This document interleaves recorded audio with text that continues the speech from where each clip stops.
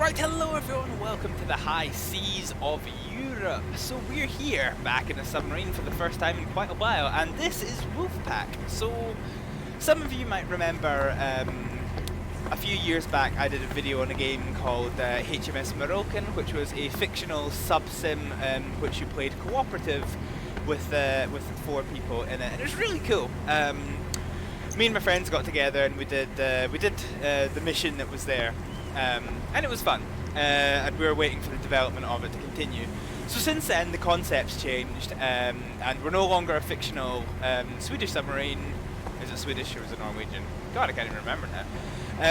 We're now a German U-boat, which works in a Wolfpack with other submarines. So this is our U-boat here. So the purpose of this video, it's really cool. It's just been released in beta. It's been released on Steam Early Access, so development is very much ongoing, and there are quite a large number of features that are not currently functional within the game. But it's definitely playable. So, the purpose of this video is to do some familiarization with the various systems that are on board. So first of all, we'll start off with a tour of the submarine. So seeing as we're already on deck, this is the conning tower, I guess the upstairs bridge, so we can control direction from here. So we've got the rudder controls, which we can haven't got the wrong key. So you can control these using the A and D keys. You've got the UZO, which is basically a fancy scope that lets you look at things, which is fantastic. You've also got your own personal set of binoculars, which is pretty cool. For the cold nights, we've got ourselves a flashlight, and that is, oh god, you can actually see yourself. Huh. I've been playing this for like 2 hours now and I hadn't even noticed that. Fantastic. There's a compass. So that's basically all there is to it. So the point of being up here is so that we can look for ships on the horizon. We know they're there, but hopefully they won't bother us during the course of this video. We've got ourselves an anti-aircraft gun, which is good for if them wacky British folk turn up in their wacky British planes, we can just go and remove them from our skies. There's a ladder, it takes you down onto the main deck. Here we go. Okay. So the back end has nothing fun in it. The front end has something that is a very definition of fun, and this is a deck gun, which is large and in charge, and you can shoot it. And gun shooty bang bang. So let's just put it forward. Here we go. Yeah. So this is a deck gun. Use this to attack lone surface ships that you might come across. And that's all there really is to it on the deck. So let's go back up the ladder. And then what we're going to do is we're going to go down this ladder. No, that's a hatch. Let's not do that. So we're going to go down the ladder. Okay. So this is inside the conning tower, and we have several elements here. So we've got the torpedo data computer, which is a marvelous beast, and you basically, it's really simple once you get into it. All you've got to do is a target speed. You've got to set that correctly. You've got the range, so let's say they are 4 hectometers, which is 400 yards. Oh, let's just put them at 2 kilometers. Wait, is that right? Hectometers? Hecto is 100. No, cent. Oh god, I don't even fucking know. Yeah, it must be. Anyway, that's one distance. The length of the ship, you put that in, and the angle on bow. So, yeah.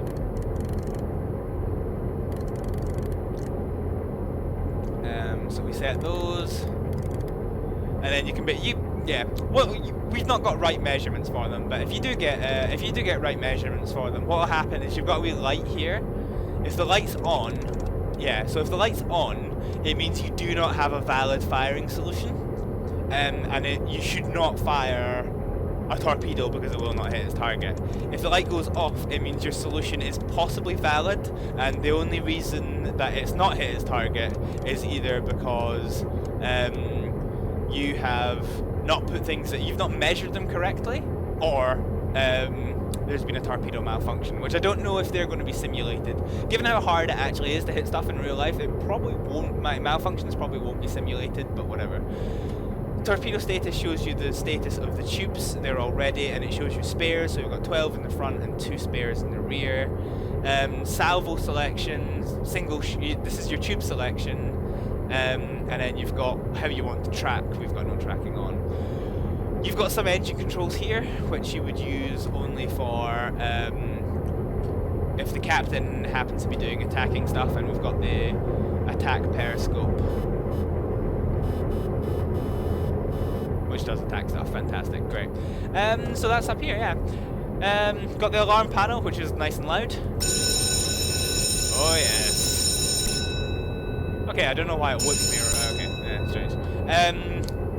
So that lets all your crew know that shit has gone down. I believe there's another one actually upstairs. Oh, hang on, I thought that actually was closed. Ah, fuck it, we'll leave it open. Pardon me for the language. So this is the main operations center. So we've got the front over this way and the aft over this way. So we'll actually just ignore this for the moment because it's quite chunky in size. So you come through here, you've technically got the captain's bed, so this is where captain goes nap nap. You can't go through here, so the full ship isn't modelled because you only play as the officers. So through here is the torpedo room, and it's only the men that handle the torpedo room, so there's no reason for us to go there. It just eats on frame rates, so for just now it's not modelled. Similar with the aft engines, the way it's been worked means that there's no need to go to the engine room, basically. So we've got the hydrophone, which we can use to listen to things, which is pretty cool. I'll take us through this later. We've got the record player, as I like to call it, bag and beat, so we can select which one we want to go. You can't see this, but I'm dancing. Anyway, let's stop that. So yeah, so that's basically that. Fantastic, great.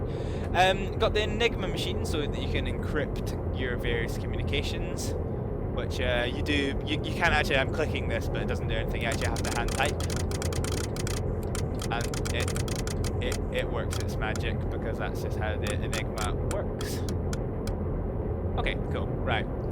You got radio, so this is for communicating with submarines and yeah, receiving stuff from you know, well, the submarines or base or whatever. At the moment I'm not got anyone here, so it's going to be pretty silent. You've got the radio direction finder, which I won't actually explore because it's not functional. We'll go through everything in a wee bit more depth later. In terms of stations, you've got the dive station here, so we've basically got control of the dive planes. You've got loads of different depth meters. So this is depth in relation to the conning tower. So you can see here, it's right at the very bottom, which indicates that we can walk on the surface. As long as it's below 8 meters, the very top of the conning tower is open, which is fine. And then you go all the way up, and this is now periscope depth. So if you're 14.5 meters and below, your periscope is above the surface of the water. Sometimes you need to be slightly higher if the sea is stormy, but if it's a perfectly calm sea, 14.5 meters, you'll be able to use the periscope. Anything below this, you're now below periscope depth. This is the fine, what's it called? The fine depth chart. So it's, you know, only goes up to 25 meters, and it shows you how deep you are.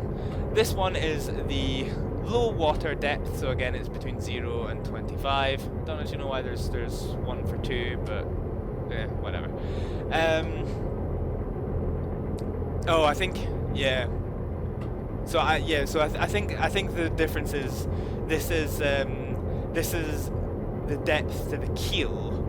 So but the keel is 5 meters underwater, whereas this is depth to the surface of the boat. So you can see it's 0 because the surface of the boat is on the surface of the sea. So we are fine to go up onto deck at the moment when this is at 0. This is the course depth meter, I believe it's called. So it's between 0 and 200. The test depth of a VII class U-boat is 230 meters. Below that, your U-boat will be in serious jeopardy.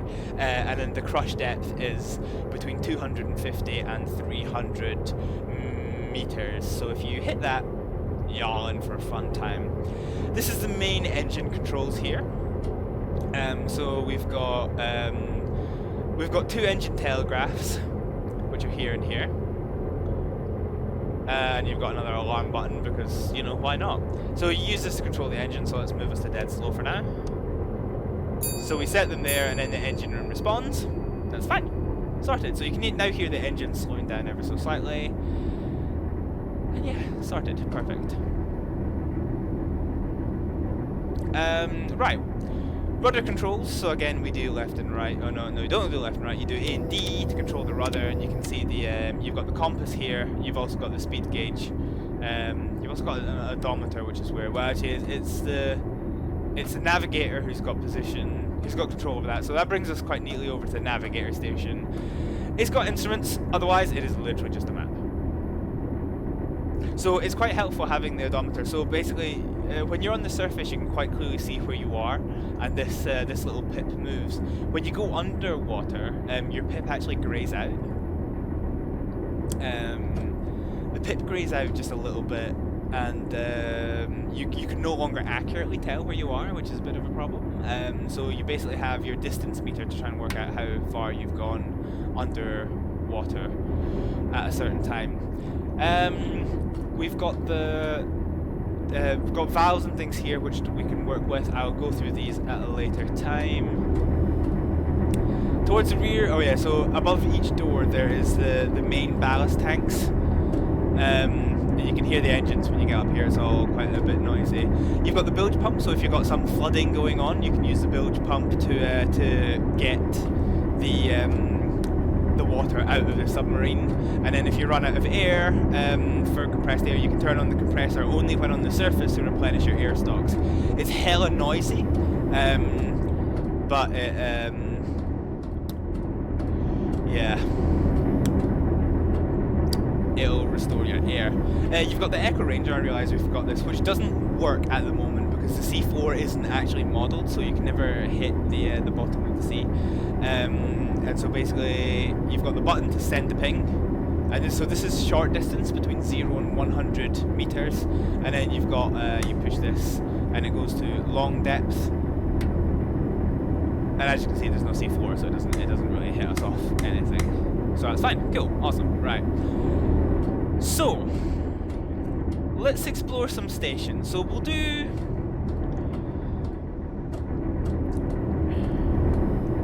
I don't know what the best way to do it is. So it's interesting because loads of people are going to play this in different ways. So when I played HMS Marulken, we had a thing where me and my friends, we were just using normal speak. If we wanted to dive, we just said, you know, dive. Woo! Fine, sorted, easy. Whereas I've played with people that do it the American way, so it's like, you know, I can't even remember the calls, to be honest, but I know that Con is the helm controller, the helmsman, and they do it that way. I'm not familiar with the way it would have been done on a real German submarine, so I guess we'll just have to patch that one for the moment. So what we've got here, I'm trying to think what best to do. So I guess the easiest one. So this is quite, the helm control is quite it's quite straightforward. It is literally just direction. So for directions, you can do it in one of two ways. You could basically have you know, instruct the helmsman to bring us to heading 180, in which case the helmsman would turn the rudder hard to port, or not necessarily harder, either they would turn it to port, and then you can see the submarine is turning, and then we get to 180, and then you'd have to put the rudder back to the middle, which in nautical speak is known as amidships. Oh, actually I forgot that, and it was important. So if I look up here, the battery gauge is here. So this is kiloamp hours, and this is how much juice the battery has left. Is it just the one? Yeah, it's just the one battery thing that we have. So the longer you're underwater, the faster that battery's going to go down. There are slightly more urgent situations. So I've certainly seen it before. So the you know, a relatively famous nautical instruction that you would have. Many people have seen James Cameron's Titanic film, and they had the instruction was it hard to starboard. So it said hard to starboard, so you'd move the rudder hard to start. So the captain would say to the quartermaster, I suppose it's a helmsman on a. Is that right? Is it a helmsman on a civilian submarine, civilian vessel, and the quartermaster on a military one? I don't know. Maybe it's also a very American thing actually as well, because we don't use quartermaster in the UK, I don't think. So it'd say hard to starboard. So we'd then start turning, and now that it's hard over, we would basically reply back with helm hard over, captain. So the helm is now hard over, and basically that just lets the captain know that one, you've responded to his instruction, and two, there is now no more leeway. We cannot turn any further starboard than we already are. So we'll bring that back. Yeah. So nautical speak is hard to port. Port is left. I always remember it with if you struggle to remember which one port and starboard is, I just remember the country code for Poland, which is PL. So port is left. So if you say port, it's always the left side. Starboard's always the right side. There are some complicated nuances, but I won't bother going into them. I actually don't know what this instruction is. I'm just thinking about it. Both engines 10 slower. I guess that means 10 RPM slower. I don't know. Let's measure it. So the engine are at approximately 220 RPM at the moment. So let's just do. So the helm's answered. Have they picked up speed?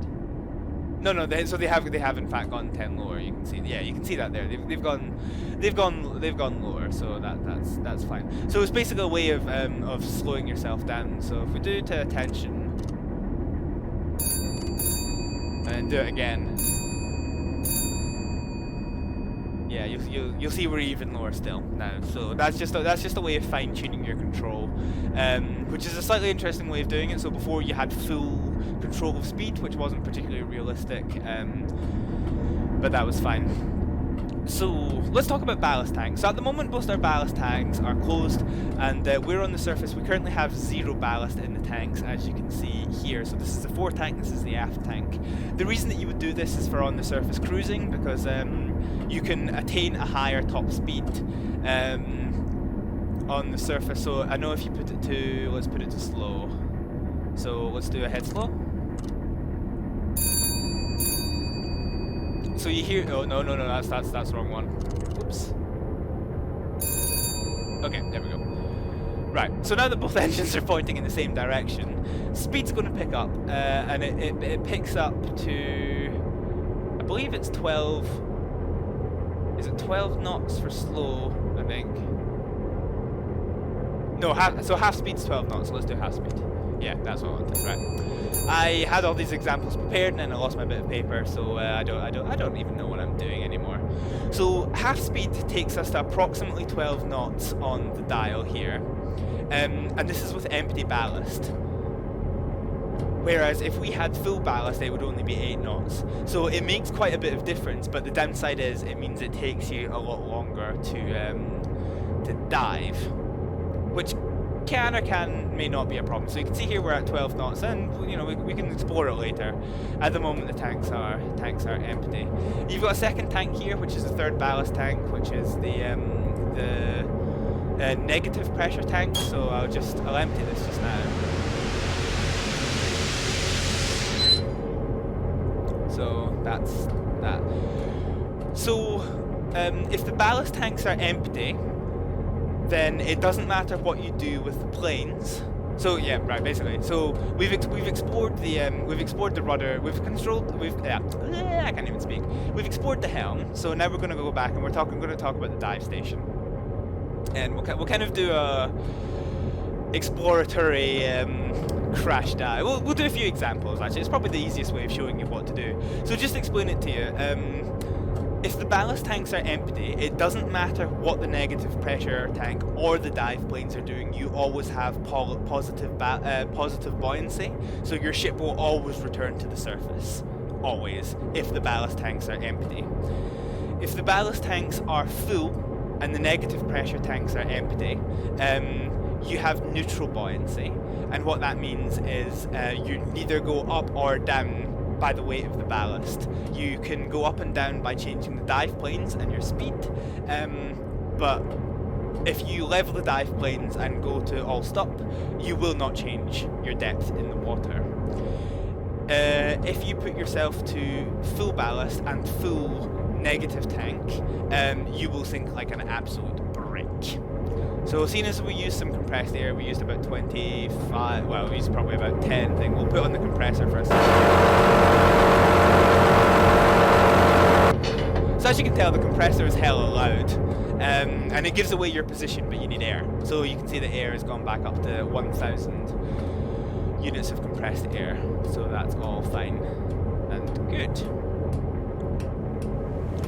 So we'll do a bit of an example. So imagine you're on the surface, you're chilling out with your captain, and we're going to cover... Before I do this, where's the angry button on here? I'm sure there was one here, but I may be mistaken. Yeah, obviously I'm mistaken. Interesting. So let's just say that you're on the surface, you're chilling out with your captain, looking behind you, and the captain spotted a plane flying overhead. They give the instruction crash dive, so everyone has to get inside. Hopefully nobody's in the deck guns or the anti-aircraft, but let's just say that we're not confident we can hit it. So the instruction's been given that we're going to crash dive the submarine. So we're going to go onto the ladder and we're going to bring ourselves down a little bit, and we're going to shut over the hatch. We're then going to come off this ladder, go under this ladder. By this point, actually, let's come off. Somebody will be ringing the alarm. So that alerts everyone to be on their stations, ready to perform an emergency dive. So we'll shut it off just so things are clear. So the helmsman in this situation would immediately, so for a crash dive, this is an emergency situation, so the helmsman will put both engines to full speed ahead. Dive officer will put both planes to full down, and for the captain, who would be free, would immediately open the tanks. So if you were neutral buoyancy, the dive planes will still take a few minutes to work because they're quite slow until you get fully underwater.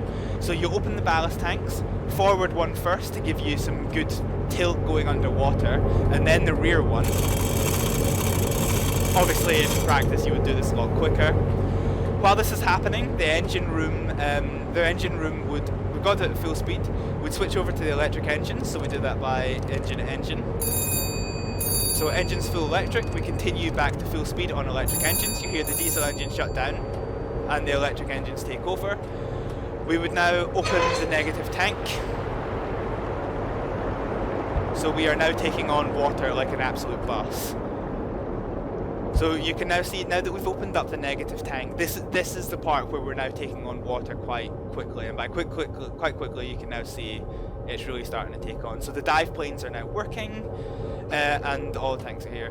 Because of how quickly you sink, it's now good at this point, now that we're underwater, to close the tank and blow the negative tank, because otherwise you're just going to sink too quickly and it's going to be too hard to control.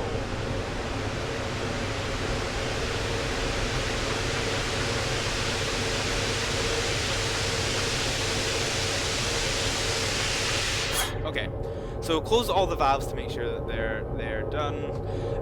It's not required, but in case you forget them and then try and blow your ballast tanks, it is good practice to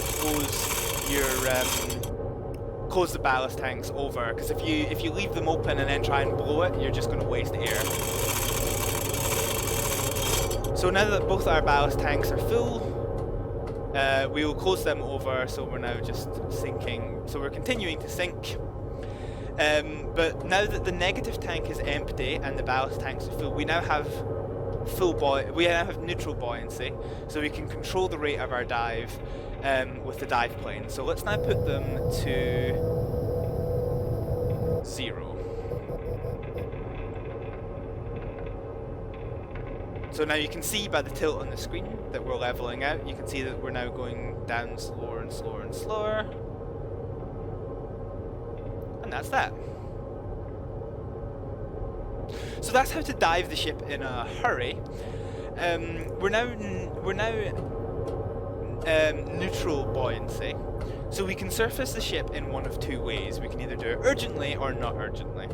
So we'll keep us on full speed for the moment. If I wanted to, so we can change depth doing the dive planes. So we can decrease our depth by putting both dive planes to down, and then we can get closer to the surface by putting full rise on the planes. And you can see here we're now going to tilt the other direction, and our depth is going to start coming back up. So because of the tilt, this is not accurate, but it's fine tuning, so we don't need to worry about it. So you can see the depth is now coming back up. So let's just keep us at 0 and 0, and then that'll be us sorted. So oh yeah, right. So you can surface the ship by having full rise on the planes, and that'll take us all the way to the surface eventually, but it'll do so slowly. So this is good for being able to have a controlled ascent. If something happens here, let's say we're taking on water at a horrifically uncomfortable rate, we would again, and this is an emergency order, oh yeah, I forgot to say, you can also turn the light between night and dark. The emergency order would be blow main ballast. The alarm would usually sound. And in this case you put the engines to full speed, which we've already done. Full rise on the planes. And we would then go to this screen, and we would now blow the ballast. So this uses a lot of air. Look how fast the air is going down. You will run out of air before the ballast tank's empty. Real physics are used in this game. So the deeper you are, the higher the water pressure is outside, and so the more air you need to use to be able to clear out of the submarine. That's just a fact of what happens. So you can now see that we're coming up at quite a hell of a rate of knots. And so as you can see by the depth meter, there's not much time, so we're at periscope depth. The conning tower is now above the water, and the submarine is now fully on the water. All that has happened within a few seconds. So, yeah. So that's how to surface a ship in an emergency. Let's close over this. So what we're going to do is we're going to I'm going to show you the example of getting the submarine onto water, but slowly. So let's just open the ballast tanks. So the compressor's doing its thing. So we will not flood at the moment. So now that we're back on the surface, what we'll do is we'll say to engine room, all engines to the diesel engine. We're going to do slow speed ahead, and we're going to charge the batteries. So you can hear the electric engines have now come offline, the diesel engines have now started. We're charging the batteries, so what batteries we use are now going to be charged back up. Air is coming back up. We're flooding the forward tank.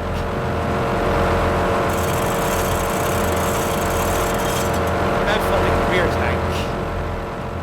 Actually, what we're going to do, we're going to now put us to half speed forward.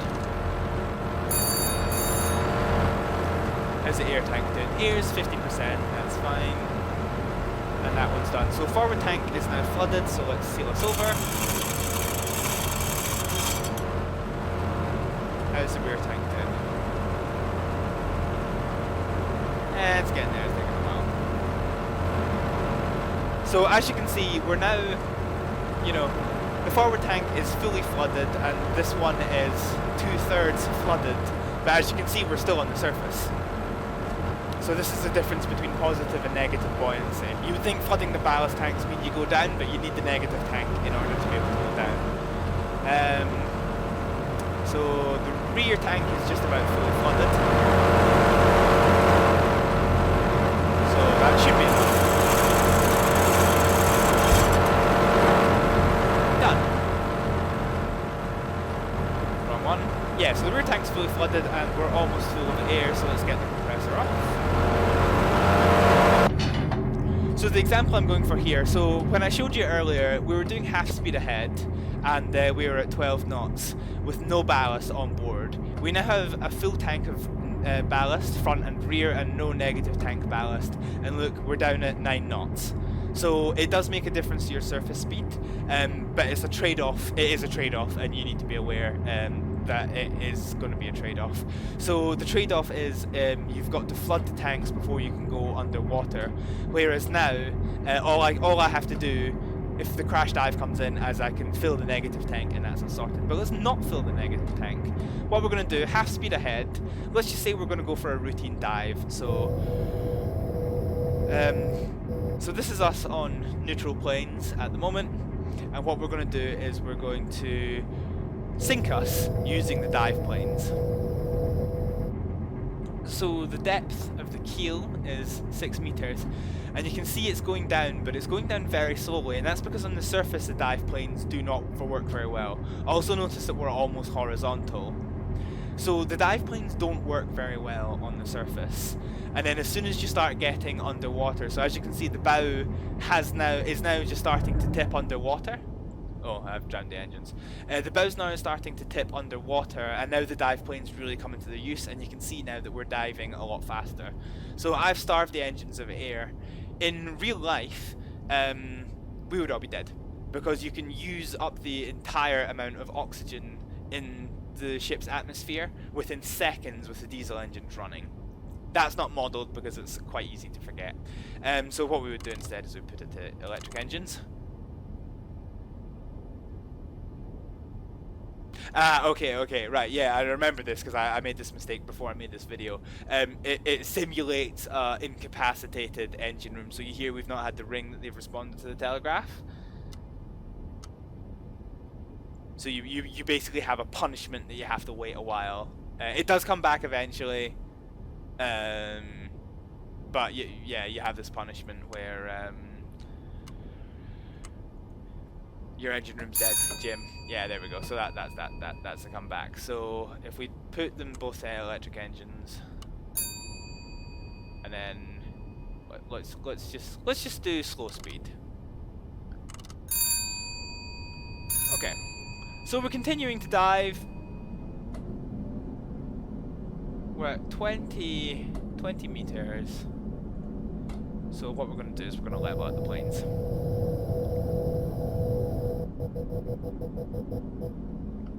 I'm going to give us a slight thing. So when you're neutrally buoyant, it's not perfect being keeping the same height with 0 on the dive planes. You do have to trim.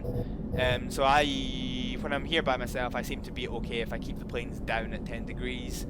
That usually keeps us nice and fine. So that's us sorted. So let's say that we think we've heard a ship.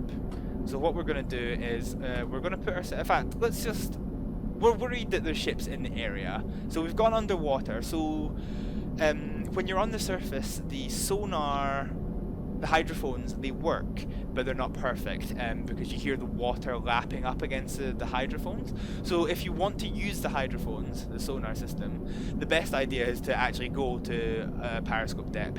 So we're actually less than periscope depth at the moment, but that's fine. That's not too big a deal. We're worried about what's in the area, so let's bring us to all stop. Okay, so the engines are now silent, so any noise that's here is not ours. So what we're going to do is we're going to go through to the hydrophone. If you were using the radio detection finder, it will not work because radio does not penetrate below the surface of the sea. So this is now useless to us. The only thing we care about is the hydrophone. So you can hear now nothing, which is good. So let's put the gain up. So you can hear the ocean. if we weren't doing this, if we were doing this on the surface, you would basically hear waves like you would on the shore. It's really noisy, really hard to deal with. Let's say that the gurgling is too annoying, so what we're going to do is we're going to use the high pass to get rid of the gurgling. And now you see it's almost silent. So anything that we hear here is not the ocean. So volume's on maximum, gain's on maximum. Let's see if we can't find some ships.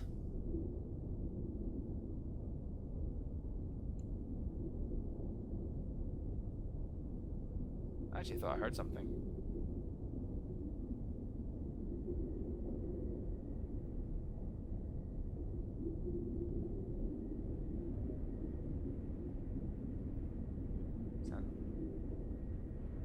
Oh, yeah, I was gonna say, it sounds like... So we're starting to get close to where we can hear the ships. So you can hear the engines. Very faint. But that's because we're not facing the right direction, so if I do... So, this is very slow repetition here. So this is a single ship. The screws are turning whoosh, whoosh, whoosh, whoosh, as opposed to being fast. So this is a merchant ship, not a warship. And then if I put the high band back to 0, how hard is it to hear that? So this is the point in having the high pass band.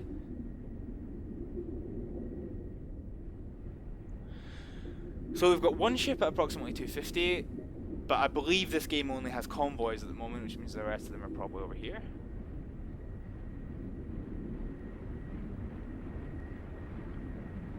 Oh no. Yeah, okay. So we've now got a mess of ships behind us. So if I turn the gain down,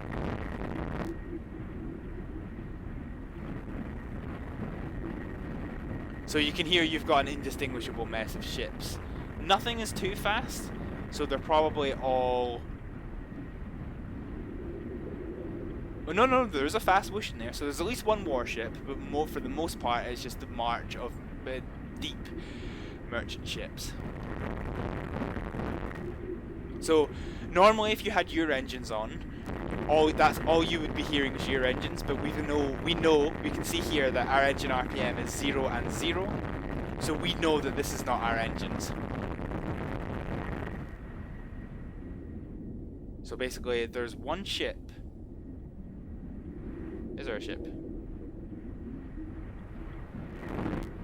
So there's one ship on its own, and then the rest of them are all part of this convoy, which is directly behind us. So what we would do in this case is we would report it back to the captain that there's a... Where am I? Oh. There's an enemy convoy, or there's an unknown convoy behind us. So what we'll do is we'll now bring it back to slow speed ahead. So slow speed ahead. Engine room answers, engines will pick up, and we're going to turn us to, so 180 degrees behind us is approximately 60 degrees, so we're going to go hard to starboard, and we're going to do that. We're then going to raise the periscope, which is done by this button here, and we're not periscope height. So what we're going to do is we're going to go back to the dive planes. Yeah, okay, so you see what I mean by the trim, actually. So I was in -10, and we were below 20. And actually, since the time that I've been showing you that, we're now at 17. So it's something whoever's in charge of diving has to be mindful of.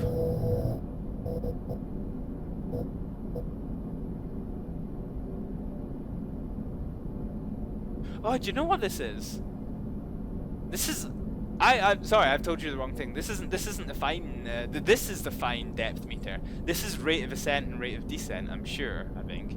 I could be wrong. I probably am wrong. I'm wrong about most things. Anyway, if memory serves me correctly, the seas are a bit choppy, so we're not going to take us to 14. We're going to take us up to 13. So we're just going to bring us down to 10. 10 degrees rise on the planes. 13.5 is probably fine. So.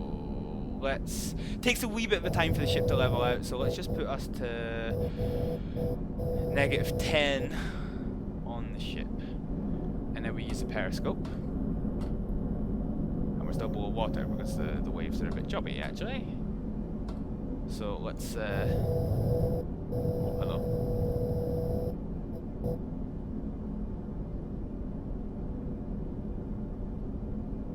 So we want to continue to rise.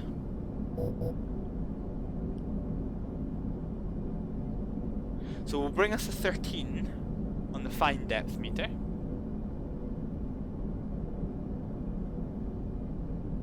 So that's quite helpful. I didn't actually realise. So I've basically given you all this without actually looking at the manual myself, because that's the kind of professional that I am. So you can use this to fine tune the submarine. Anyway, we're kind of where we need to be. So let's just we're going to put us underwater. So we're on 0, 0, and the trim is pretty good. Cool, right? So that's fine. That'll do us for just now. So now that we're on 13, I should be able to see above the surface. And I kind of can, but it's a bit too... The waves are a bit too significant, which is a problem. Let's just assume, because I know that they're far off, because we didn't see them before, let's just assume it's nice and safe, so we're going to go to the dive planes, we're going to use... we're going to go do full rise on the planes. Again. Meanwhile, we're almost at 60 degrees, so that's fine. So let's put the periscope down so that we can't be seen too easily. So it goes into its little socket under there, and ship is now on the surface. Fine. So let's do full neutral of the planes. Ready in case we need to dive again. Keep the ballast done because we know that there's ships in the area, and we're just about at 60 degrees. Let's say because I'm bored that we're close enough to 60, so we're going to put the rudder back to amidships. So instruction, rudder amidships. And it's been answered, and for the sake of complacency, what we're going to do, I'm going to put both the electric engines back on, and I'm going to all stop both engines. So if you all stop the diesel engine, it just idles, so you've still got some noise. So I'm going to put the electric engine on because it's nice and silent, and for comparison, now that we're on the surface, I'm going to show you the same hydrophone settings that we were on. So if I put this to 0, I mean, listen to that. You can't hear anything. All you can hear is the waves and the wind. So what I'm going to do, you can then use the high pass to eliminate quite a lot of the noise. So all you can really hear is the wind coming through. So now the stuff is in front of us, so let's go ahead. It is in front of us, right?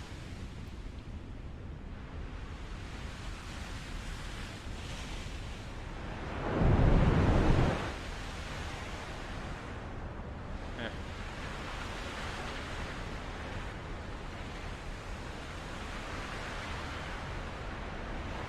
Well, I can't even hear them anymore, to be honest. So yeah, but this is on 0. So before you had some gentle gurgling of the seas, whereas now you've got this to contend with. So on the surface, your sonar is useless to you. So instead you would use a radio direction finder, which isn't implemented in the game, but a rough rundown is you've got 4 bands and you've got the frequency dial. This doesn't work. This doesn't work. This will work eventually. Volume dial doesn't work, but you would use it to control the volume of the radio waves. So the way it works is you've got the band, you use the frequency to search it. So we're on band white, which is this one over here. So it's white, red, yellow and blue. And I believe if you've got a transmission, these may light up to indicate there's a transmission on that band, and then the amplitude tells you the strength in numbers, so you can then use that to work out exactly where the ship is. And then you come away, use the direction finder to until the amplitude goes to 0, and then that's when you know that you're you're looking at the signal or away from the signal. But that's a technicality I'll go into once it's actually implemented, not implicated. So you can search between 0 and 100% on this, and you move bands by using the band dial. So it's just got 4 colors. So you've got the white color, red color, yellow color, and the blue, and that basically moves between the frequencies. So you've got between 90 and 140 on the low band, between 140 and 210 on the red band, which is the highest one, which is, you know, and so it takes it up higher. Then it's 210 to 310, so it's even higher still, and then the highest is 310 to 470 in the blue band, because, you know, the radio frequency is quite large. You can use it for you can use it to you don't want everyone speaking on the same frequency, so the radio waveband is quite big, and thus they can be communicating on any one of those, so that's a wee bit awkward. In terms of submarine communication, I suppose I can teach you a wee bit how to use the Enigma. So when you're sending a machine, so basically, if you wanted to do it, let's just say that we've set this all up. So for ship-to-ship communication, to keep things easy, you've got different channels. So if you were, I believe there's a rule that you cannot transmit on the same channel as you're receiving. I can't remember why that is, or if that's quite correct. But anyway, we'll keep it to channel 2, and we'll keep the receiver to channel 1. So if you're transmitting, you basically just click on this, and you just use your keyboard. So it does the Morse code, and whoever's receiving it will then get the message, and you can check the message by pressing C and the radio log. It will appear there, I believe. Yes, it will appear there. You use the Enigma, so the Enigma is done. There is a manual. You basically can access the manual, and it gives you all of the instructions here. It does give you instruction to do the Enigma, but to show it practically, you normally do it in 3 ways. So you would start. Let's say. So the example they use is you have what's called a public key and a private secret key. So the public key is the thing that you initially set your Enigma to. So let's say that we wanted to start it off by using the Enigma key PCY, right? So what we would do is we would put it to PCY, which you have to. Oh no, hang on. So it does tick PC, and then we'll do Y. So we'll do PCY. And we would send this publicly. So when we start our radio message, if we were doing a proper encrypted communication, we would start our radio message with the letters PCY, and that indicates the first gear that they should put it to is PCY. So let's say the next one that we want them to do is, let's just say ASD. So if we do ASD, you would see there it was GDW that lit up in that order. So our message would be GDW. So they would set it to PCY and do that, and then they would type GDW, and then they would get back ASD, and they would then know that the ASD is the secret key. So they would then change their Enigma. So it was ASD.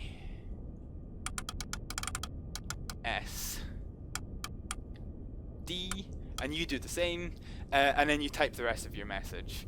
So you just type random things, record each one, and so you record the letters as they light up here, and then that's the letters that you transmit using your transmitter off on the side. And then they use the Enigma combination to send them back. If you're not doing an Enigma message, then you can just type normally. I believe there's a thing if I go to C again. It doesn't. I was sure I saw somebody said that it records somewhere. If you're in the radio, you need to have pen and paper, basically. I think the only things I need to talk about are personal functionality. So you've got your flashlight, as you see. Everyone has a timer, and timers are very useful. You need a timer whether you're in hydrophone, you need a timer whether you're navigating, you need a timer whether you're a captain. You probably don't need a timer if you dive control or anything else. You activate the timer by pressing the T button, and you'll see in the lower right hand corner that my timer has come up. You stop it by pressing T again, and you reset it by pressing R. And I think I think that's it. So that's basically a very quick rundown. By very quick, I mean I've actually been recording for 45 minutes now. That's a rundown on how to do literally everything that's implemented in the ship at the moment. The only thing I've not really covered into is the technicalities of finding a ship and identifying it. And what that basically comes down to is you use the periscope to look at the ship. And then if you go to C, you've got a recognition manual. So let's say warships. So you can see the warships here, and you basically you can identify them using that. So if we go back and if we do merchants, so yeah, there's loads of different types, and there's loads of things that you look out for. So you look out for engine placement, which is placement of the tower. The stack, as it's called, rather. So you'll sometimes get them that are amidships, and sometimes you'll get them that the stack is at the rear. If you can't see, you can't see. Superstructure is the part in the middle, so this is a single superstructure here, whereas this is split, so there's one bit here and one bit here. So you'll see examples of the split ones. That's hella split, that's quite narrowly split. There's composite. There's also a third one which is passenger, which is, you know, passenger liner. They've got cabins where the superstructure is, so it's very, very extended. We'll leave it as unspecified. Islands. So let's say there's a ship with no islands. So as you can see here, if you imagine it without the superstructure in the stack, it's just a straight line. Some will have an island only at the front, so that's fine. Some will have an island only at the aft, just like that. Some will have ones only in the middle, and you can have varying combinations of them up to all three. Masts, I actually don't know what the different mast types are, to be honest.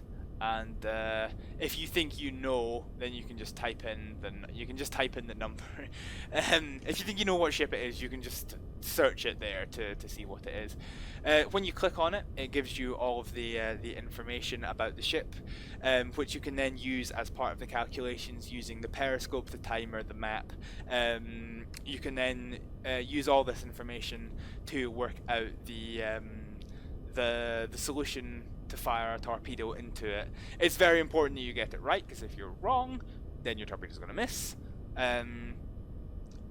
But yeah, I think for the first time that you do this, if you're certainly a new crew and if you're new to submarine simulators, you're gonna miss a lot. That's just what's gonna happen. I think I'd played this game, the HMS Marulken one, for approximately 5-7 hours before I finally got a torpedo on target. So yeah, that's gonna happen. But yeah, so if we go back up, the important things to remember is it is possible to sink your submarine, so just be mindful of that. So the ways to sink your submarine are enemy action. You know, that can happen. You can, as my friend quite likes to do, you can shoot the deck gun into the conning tower. That will sink your ship. If you go down the stairs and you forget to close the hatch, that will sink your ship. And the final one is crush depth, and I'll explain to you what the crush depth limits are. Once you get to 200, your ship is going to be making an unbearable noise. It is going to sound like, you know, the whole thing is going to give way any second now. We got down to approximately here. We got all the way around, and we got to approximately here before the ship just started making the most apocalyptic of noises. So that was us going from test depth to crush depth, and then we kind of got back to zero when the ship just actually crushed. It may be worth noting that if your ship has taken any kind of damage from bombs and things, even if you got no water coming in because the damage has been repaired, it is possible that the structural integrity has weakened, so your crush depth is going to go from here to kind of back here to lower and lower and lower. So as important as the gauges are, it's also important to listen to the ship. If the ship is groaning like nobody's business, but you're only at 100 and let's say 130 meters or something, it's a good sign that your ship is too damaged to dive down further. But hopefully you escape detection long enough to be able to to not have to need to deal with that. Yeah. So anyway, this is the grand old tour of a German Type 7 U-boat, or the VII in Roman numerals. U-boat, which you can use to torpedo things. There's 4 different maps. The game is still in early access, so there's lots of things to come. As you can see, so the radio detection finder is coming. There's a few other bits and bobs that are still to come. The C4 is still to come. Yeah, it's going to be quite exciting. If you want to check this out, the link is in the description below to the Steam Early Access page. Pardon me. You are quite welcome to buy the game for yourself and to see what it's like to play with your friends, or you're quite welcome to keep watching these videos and gain experience through, you know, somebody else's eyes. At the time that I'm recording this, I've not started playing this game with my friends yet, but my friends have never played submarine simulators before, so all the instructions that I'm going to give throughout what I hope is going to become a series is going to be geared. It's not going to be prim and proper, it's going to be dirty, but it's going to explain a lot about why things happen in submarine warfare, and why things need to happen specifically with this ship, and how to do them. So hopefully it can give you a wee bit more insight into subsimming and how to play Wolfpack. But for just now, I'm going to say thank you very much for watching, and I'll see you next time. Bye!